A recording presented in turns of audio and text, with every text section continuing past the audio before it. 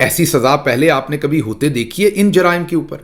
انہوں نے کہا کہ آپ کے پاس ثبوت کافی نہیں ہے، دونوں کو رہا کرنے کا فوری طور پر انہوں نے فیصلہ کر دیا ہے۔ اور وہ جو پورا 9 مئی کا بیانیہ تھا، پہلے بھی بہت دفعہ اڑ چکا، لیکن یہ ہائی کورٹ میں پہلی دفعہ اڑ رہا ہے۔ جی ہاں، پہلے اس سے پہلے لوور کورٹس میں، یہ سیشن کورٹس کے لیول پر اڑتا رہا ہے۔ آپ کو ہم نے شب قدر کی بات بتائی تھی، مالاکنڈ کی بات بتائی تھی، پشاور کی عدالت کی بات بتائی تھی، سرگودا میں جج عباس کی عدالت کی بات بتائی تھی، اور جو لاہور کے اندر جج صاحب ہیں انسداد دہشت گردی کے، ان کی عدالت کی بات بتائی تھی۔ اور اب یہ پہلی دفعہ ملک کی ایک ہائی کورٹ نے جو ہے اس سارے کے سارے بیانیے کو ردی کی ٹوکری میں پھینک دیا ہے۔ جنرل عاصم منیر صاحب اور ان کے دوسرے ساتھیوں کے لیے یہ بہت بڑی ہزیمت ہے۔ اس کی وجہ یہ ہے کہ انہوں نے تو اس کے بارے میں، یاد ہوگا آپ کو، وہ میڈم رولیکس اور سب کو بٹھا کے کہا تھا کہ irrefutable ایویڈنس ہے۔ آج ہائی کورٹ مانگتی رہی، کیونکہ ہائی کورٹ فورم ہے جہاں پر آپ نے دیکھا عمران خان صاحب کو بھی نیچے سے یہ کبھی جج دلاور، کبھی فلانے جج سے، کبھی فلانے سے یہ سزائیں دلوا لیتے ہیں، لیکن اوپر جب ہائی کورٹ میں جاتے ہیں تو وہاں ججز کو خریدنا بیچنا اتنا آسان نہیں ہے۔ اسی لیے اب یہ اپنی مرضی کے ججز لگوانا چاہتے ہیں، اور 2 تو لے آئے ہیں، جسٹس منہاس جو ایڈیشنل جج بنائے ہیں، اور جسٹس اعظم خان، ان کو ایڈیشنل ججز بنایا گیا، اور انہی کے سامنے عمران خان کے مقدمات رکھ دیے گئے ہیں۔ اسی لیے یہ ڈیسپریٹ ہیں سپریم کورٹ میں بھی 8 مزید اپنے ججز لگانے کے، اور اسلام آباد ہائی کورٹ کے لیے تو خصوصی طور پر یہ ڈیسپریٹ ہیں۔ تو آج یہ جو پورے کا پورا بیانیہ تھا ان کا 9 مئی کا اور 10 مئی کا، وہ عدالت نے جو ہے وہ تباہ کر کے رکھ دیا ہے، اور ان کو بالکل جو قانونی طور پر برہنہ کر کے رکھ دیا ہے، کیونکہ کوئی ثبوت یہ عدالت کے سامنے پیش نہیں کر سکے۔ عدالت بار بار ان ثبوتوں کو مانگتی رہی، ان کے پاس کوئی جواب نہیں تھا۔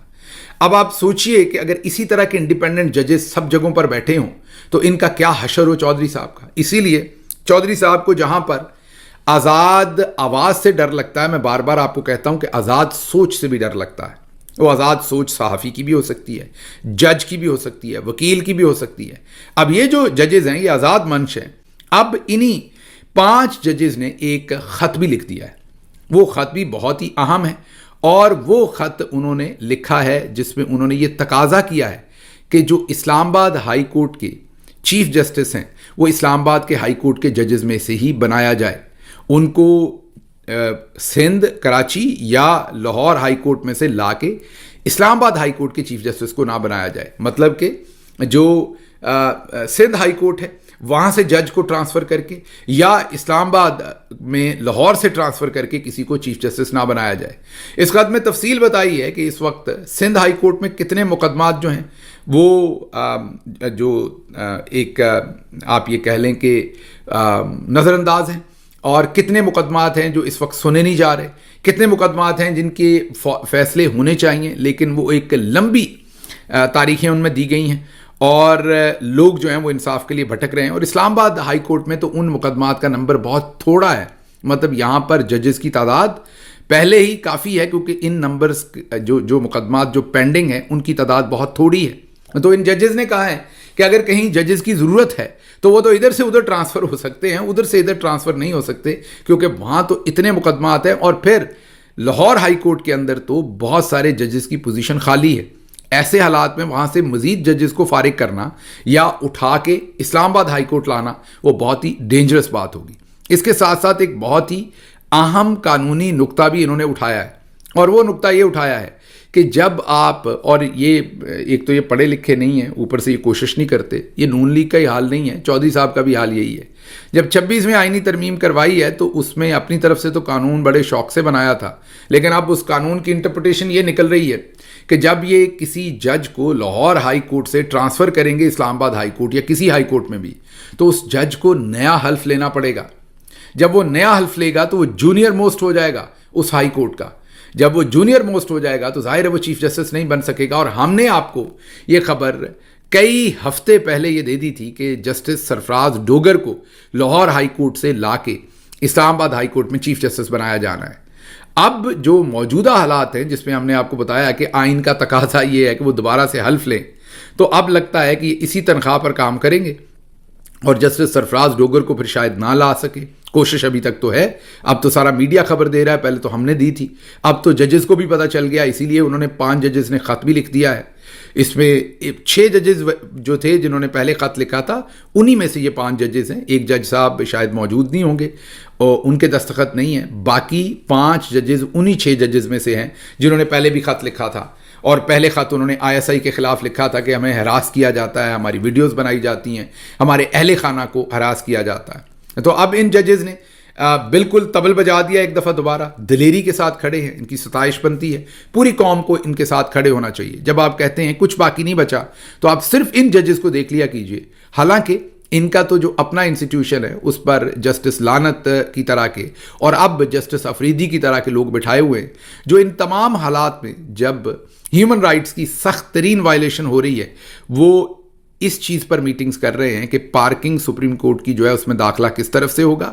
اور وہ اس چیز پر میٹنگ کر رہے ہیں کہ سپریم کورٹ کا انسٹاگرام اکاؤنٹ جو ہے وہ زیادہ ایکٹیو کرنا ہے، فعال کرنا ہے. ان کی پریفرنسز یہ ہیں. تو اس کے باوجود کہ ان کے ادارے کو مکمل لوٹ لیا گیا ہے، پھر بھی آپ غور کیجئے ان ججز کا جو عقیدہ ہے اپنے رب کے اوپر، جو ان کا ایمان ہے اور جو ان کو لگتا ہے کہ انہوں نے سچ کے ساتھ کھڑے ہونا ہے، وہ اتنا تگڑا ہے کہ اتنے مشکل ترین اور اندھیرے ماحول کے اندر بھی یہ تگڑے ہو کر کھڑے ہیں اور انصاف کی راہ کو نہیں چھوڑ رہے، حالانکہ ان کے اوپر ہر طرح کا دباؤ ہے.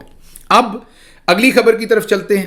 وہ خبر جو ہے وہ بھی اسی سے ریلیٹڈ ہے اور وہ ہے عمران خان صاحب نے خط لکھا ہے چیف جسٹس یحییٰ افریدی کو. ساتھ ساتھ انہوں نے جسٹس امین الدین جو آئینی بینچ کے سربراہ ہیں ان کو بھی خط لکھا ہے.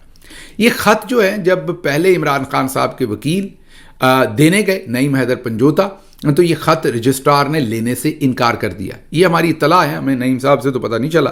ہماری جو اطلاع ہے وہ یہ ہے کہ جب نعیم صاحب یہ خط دینے گئے تو ان کو وصول کرنے سے رجسٹرار سپریم کورٹ نے انکار کر دیا. پھر ان خطوں کو TCS کیا گیا. اب اس کو تو انکار نہیں کر سکتے، وہ تو ریسیو کرنا پڑے گا. عمران خان صاحب نے پورا کچا چھٹا کھولا ہے اپریل 2022 سے لے کے اب تک کا کہ انسانی حقوق کی خلاف ورزیاں کیسے ہوئیں، انہیں غیر قانونی طور پر کیسے پکڑا گیا، 9 مئی کو کیا کیا گیا، 26 کو کیا کیا گیا، اس وقت جتنے لیڈران جیلوں میں ہیں، جو خواتین کے ساتھ کیا گیا، جو صحافیوں کے ساتھ کیا گیا، تمام چیزیں عمران خان صاحب نے کھول کے اس خط میں جسٹس یحییٰ افریدی کو لکھ دی ہیں. ساتھ ساتھ انہوں نے جسٹس یحییٰ افریدی کو یہ بھی کہا ہے کہ سپریم کورٹ کو جو قوم نے لامتناہی اختیارات دیے ہیں وہ انسانی حقوق کے تحفظ کے لیے دیے ہیں. وہ اس لیے نہیں دیے کہ آپ ایسے حالات میں خاموشی سے منہ دوسری طرف کر لیں اور اگنور کریں اور قوم کو جو ہے وہ اس ساری آگ کے اندر سلگتا چھوڑ دیں. اس لیے اب یہ جو خط ہے یہ بھی بہت اچھا کام کیا عمران خان صاحب نے. اس کو لکھ کر اب سب کچھ ریکارڈ پر رکھ دیا ہے. اب کل کو یحییٰ افریدی یہ نہیں کہہ سکتے کہ مجھے تو کسی نے پکارا نہیں تھا. پورے کا پورا ڈھول ان کے گلے میں ڈال دیا ہے. لیکن دوسری طرف وہ میٹنگز کر رہے ہیں، ابھی بھی اٹارنی جنرل کے ساتھ، وہ ابھی بھی حکومتی وزیروں کے ساتھ ملاقاتیں کر رہے ہیں اور جوڑ توڑ ہو رہی ہے کہ کس طریقے سے عامر فاروق کو اوپر لانا ہے اور کس طریقے سے جسٹس محسن اختر کیانی صاحب کو کھڈے لائن لگانا ہے اور اسلام آباد ہائی کورٹ کا ہم نے انہیں چیف جسٹس سے نہیں بننے دینا. یہ جوڑ توڑ نیچے ہو رہی ہے.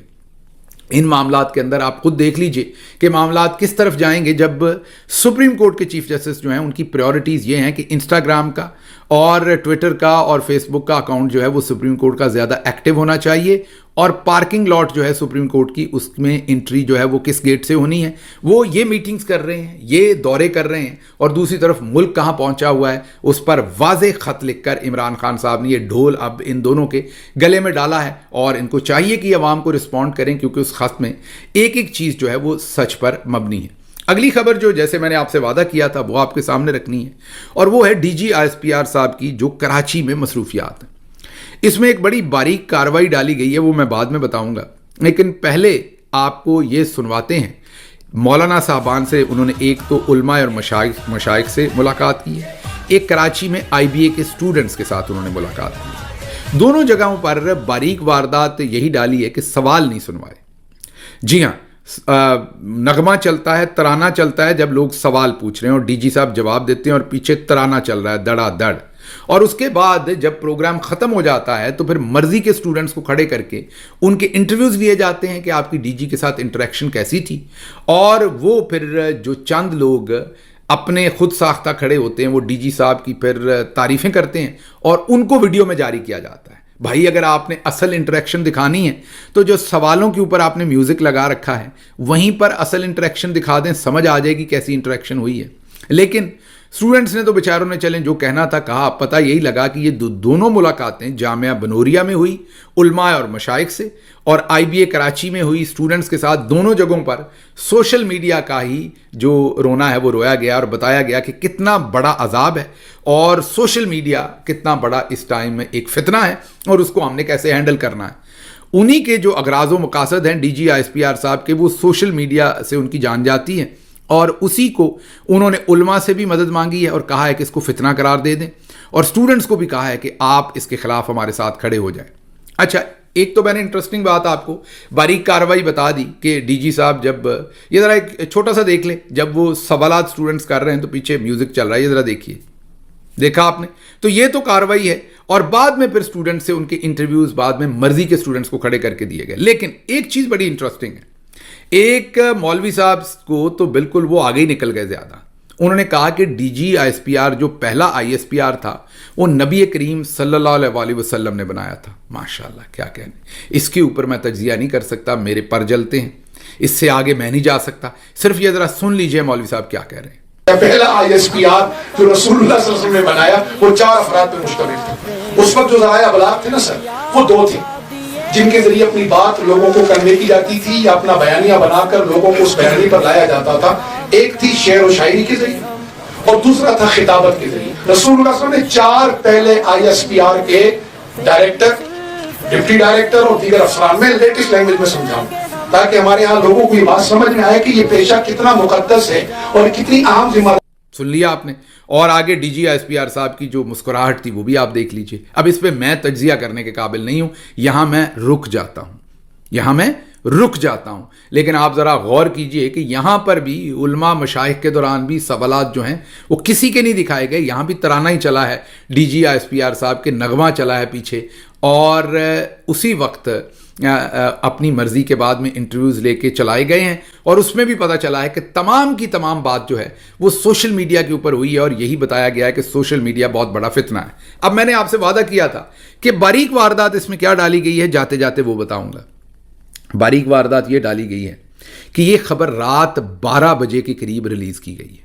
آپ درست سن رہے ہیں, ابھی جب میں یہ ویلاگ پاکستان کے اس وقت جب میں یہ ریکارڈنگ کر رہا ہوں تو 12 بج رہے ہیں, اس سے کوئی 10 منٹ پہلے یہ تتی خبر آئی ہے, ابھی ریلیز کی ہے. اب میں کیونکہ میڈیا ہینڈل کرتا رہا ہوں, جو ضروری خبر ہوتی ہے یا ضروری انٹریکشن ہوتی ہے اس کو ہم اگلے دن صبح جاری کرتے ہیں.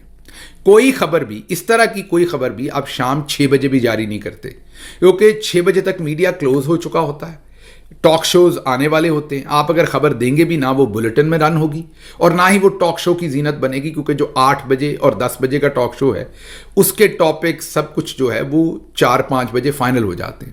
تو آپ کی خبر, آپ بیسیکلی جس کے ساتھ دشمنی کرنی ہو نا, مطلب جس بندے کی خبر کو آپ نے نہ لگنے دینا ہو. فار ایگزامپل اگر میں پرائم منسٹر کا سپوکس پرسن ہوں اور کسی شخص کی پرائم منسٹر سے ملاقات ہوئی ہے اور میرا دل ہے کہ اس کی خبر کو, اس کی ملاقات کو ترویج نہ ملے, تو میں باقی خبریں دن میں ریلیز کر دوں گا, اس کی ملاقات جو ہے وہ رات کے 9-10 بجے ریلیز کر دوں گا.